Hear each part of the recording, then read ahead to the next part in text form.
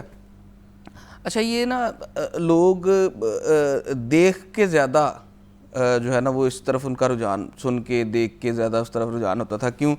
کوئی گاؤں کا ایک لڑکا کسی طریقے سے چلا گیا, ڈنکی شنکی لگا کے پہنچ گیا, قسمت میں اچھی قسمت تھی اس کی, وہ پہنچ گیا ادھر, ٹھیک ہے. اس کے بعد اس کی جب ترقی دیکھی تو لوگ دوسرے جو اس کے فیلوز تھے یا اس کے کزنز تھے, عزیز و اقارب تھے, محلے دار تھے, انہوں نے دیکھا یار ان کا تو بیٹا چلا گیا تو اچھے خاصے پیسے کما رہا ہے, تو ہم بھی چلتے ہیں پھر اسی طرح. تو پھر دیکھا دیکھی جو ہے نا وہ اس طرف رجحان بڑھتا گیا, اور لوگ جو ہے وہ ڈنکی لگا کے باہر جانے کا جو ہے وہ بہت زیادہ جو ہے وہ واقعات سامنے آئے, اور اس سے اتنی جانیں گئی ہیں کہ جو ہے نا وہ اس کا اندازہ بھی نہیں آپ کر سکتے. کچھ رپورٹ ہوئی, کچھ تو رپورٹ ہی نہیں ہوئی, ٹھیک ہے. اب جو نیا فراڈ ہے وہ فراڈ ہے آن لائن, چونکہ اب ساری جدت آ گئی ہے ہر چیز میں, ہر چیز جو ہے وہ بدلتی جا رہی ہے, تو اسی لیے یہ ڈنکی آپ اب سمجھ لیں کہ آن لائن آ گئی ہے, ٹھیک ہے. اب ہوتا کیا ہے کہ سوشل میڈیا پہ, ٹیلی گرام پہ, واٹس ایپ پہ میسیجز آپ کو آ جاتے ہیں, اس کے ساتھ ساتھ ٹک ٹاک, یوٹیوب اور دیگر اس طرح کی چیزوں پہ نا وہ آپ ویڈیوز دیکھتی ہیں, لوگ جو ہے نا وہ لنکس دے دیتے ہیں آپ کے, ٹھیک ہے. انسٹاگرام پہ آپ کو لنکس آ جاتے ہیں, میل آ جاتی ہے آپ کو کہ جناب یہاں پر جو ہے وہ ہم اتنی جابز ہیں, بڑے وہ آپ کو جو ہے نا وہ سبز باغ دکھاتے ہیں. ایسے ہے, ایجوکیشن کی کوئی ضرورت نہیں ہے, آپ بس اپلائی کریں اور آ جائیں, بس آ جائیں, صبح ہی اپنا سامان اٹھائیں اور آ جائیں. وہ اتنا بندے کو وہ جو ہے نا وہ موٹیویٹ کر دیتے ہیں کہ بندہ کہتا ہے یار اب بھی میں جاؤں. سوچتے ہیں کہ اگر وہ خود سے ویزا لگوانے جاتے ہیں اچھا خاصا ٹائم لگتا ہے, پراپر پروسیس ہوتا ہے, ان لوگوں کا ویزا بھی ایسے راتوں رات آ جاتا ہے. سر وہ ان کی ایک چین ہوتی ہے نا, دیکھیں ان کی ایک چین ہے. ان کو فراڈ جو ہے نا وہ فراڈ میں سارے کام اس طرح ہوتے ہیں, اس طرح, ٹھیک ہے نا. جب کرنا ہی فراڈ ہے اس نے, تو پھر ہر جگہ پہ ان کے کارندے, ہر جگہ پہ ان کی ایک چین جو ہے نا وہ چل رہی ہوتی ہے اسی طریقے سے. اچھا تو اگر اس طرح ہو جاتا ہے جیسے آپ نے بھی ابھی ذکر کیا, تو ہم کہاں پہ رپورٹ کر سکتے ہیں؟ دیکھیں سب سے پہلا تو ہمارا ادارہ ہے جو آپ FIA, ٹھیک ہے نا, جو انسانی سمگلرز ہیں ان کے خلاف تو FIA کارروائی کرتی ہے اور FIA ہی کر رہی ہے, ٹھیک ہے. وہ اب جو بیرون ملک ہیں ان کو لانے کے لیے اب نہ تو اتنے وسائل ہیں ان کے پاس. میں آپ کو صحیح جو حقیقت ایسی جو سچویشن جو اس وقت سچویشن ہے وہ آپ کو میں بتا دیتا ہوں کہ FIA کئی سال لگ جائیں گے ان کو لاتے بندے کو. اچھا, ٹھیک ہے نا, ٹھیک ہے نا. تو وسائل کی کمی, یہ ساری چیزیں جو ہے نا وہ آڑے آ جاتی ہیں. دوسرا اب جو آن لائن معاملہ چل رہے ہیں ان کے خلاف کارروائیوں کے لیے NCCIA ہے, national cyber crime investigation agency, جو کہ پہلے FIA کا ہی حصہ تھا. FIA سائبر کرائم اس کو کہا جاتا تھا. اس کے بعد یہ ایک نیا ادارہ بن گیا, national cyber crime investigation agency, ٹھیک ہے. یہ آج سے 2-2.5 ماہ پہلے تک تو بالکل جو ہے نا وہ سمجھ لیں آپ کہ یہ نہ ہونے کے برابر ہی تھا, کوئی کارروائیاں ہو نہیں رہی تھی. میرے ساتھ ویزا کنسلٹنٹ موجود ہے, ان کا بھی اوپینین لیتے ہیں اس پہ. میرے ساتھ موجود ہے نعمان چٹھا. السلام علیکم. وعلیکم السلام, کیسی ہیں آپ؟ ٹھیک ہے اللہ کا شکر, آپ خیریت سے ہیں؟